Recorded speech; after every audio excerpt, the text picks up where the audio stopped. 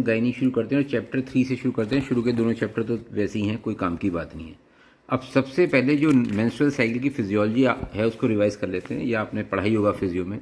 देखो, ये आप जानते हो, ये हाइपोथैलेमस है जो जीएनआरएच रिलीज करता है, गोनाडोट्रोपिन रिलीजिंग हार्मोन। ये पिट्यूटरी है, पिट्यूटरी से फिर ये एलएच और एफएसएच रिलीज होता है और ये ओवरी यूट्रस है। अब ये समझ लो, ओवरी जो हैं ईस्ट्रोजन बनाती हैं। जितना ज़्यादा ईस्ट्रोजन होगा उतना ही पॉजिटिव फीडबैक इफेक्ट होगा और एलएच एफएसएच उतना ही ज़्यादा प्रोड्यूस होगा। जितना ईस्ट्रोजन कम होगा उतना नेगेटिव फीडबैक होगा, यानी कि एलएच एफएसएच कम सिक्रीट होगा। प्रोजेस्ट्रॉन के साथ उल्टा है, जितना प्रोजेस्ट्रॉन कम उतना ज़्यादा एलएच एफएसएच सिक्रीट होगा, जितना ज़्यादा प्रोजेस्ट्रॉन उतना ही नेगेटिव फीडबैक होगा इस पर। तो ये तो रही बात, ये यहाँ पे यही बता रखी है। अब जो मेंस्ट्रुअल साइकिल है वो दो फेसेस जगह पे हो रही है, ओवरी पे और यूट्रस पे।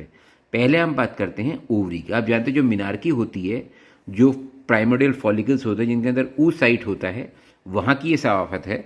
अब ये जो फॉलिकुलर डेवलपमेंट होता है हार्मोन स्टिमुलेशन में, ये जो फॉलिकल होते हैं इसमें एक तो थीका लेयर होती है, ग्रैनुलोसा लेयर होती है। जो ग्रैनुलोसा लेयर होती है ये एफएसएच सिक्रीट करती है। इस तरीके से याद रखना, एफ के बाद जी आता है तो FSH is secrete by granulosa cells और थीका एलएच रिलीज करती है। ठीक है जी।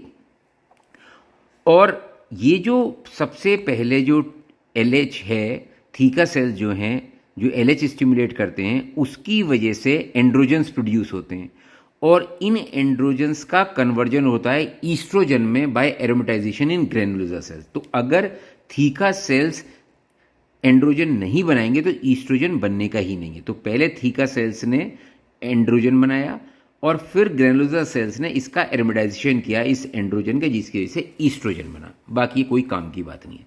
तो ये तो रही फॉलिकुलर फेज। ठीक है जी। फिर आती है ओवुलेशन, मतलब जिस समय ओवा रिलीज हुआ इस फॉलिकल के अंदर से, इसके अंदर एक oocyte होगा वो रिलीज होगा। ये होता है ऑन दी।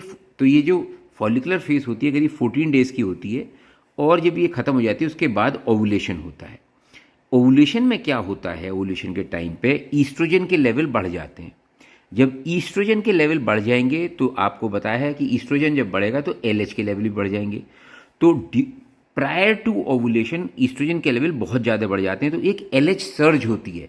एलएच बहुत तेज़ी से रिलीज होता है और इस एलएच के रिलीज होने की वजह से ही ओवुलेशन होता है। ठीक है जी। तो अगर एलएच सर्ज नहीं होगा तो ओवुलेशन नहीं होगा। इसलिए जो ओवर द काउंटर ये यूरिन डिटेक्ट टेस्ट मिलती हैं जिसमें ओवुलेशन प्रेडिक्टर टेस्ट है, वो बेसिकली एलएच को ही टेस्ट करते हैं।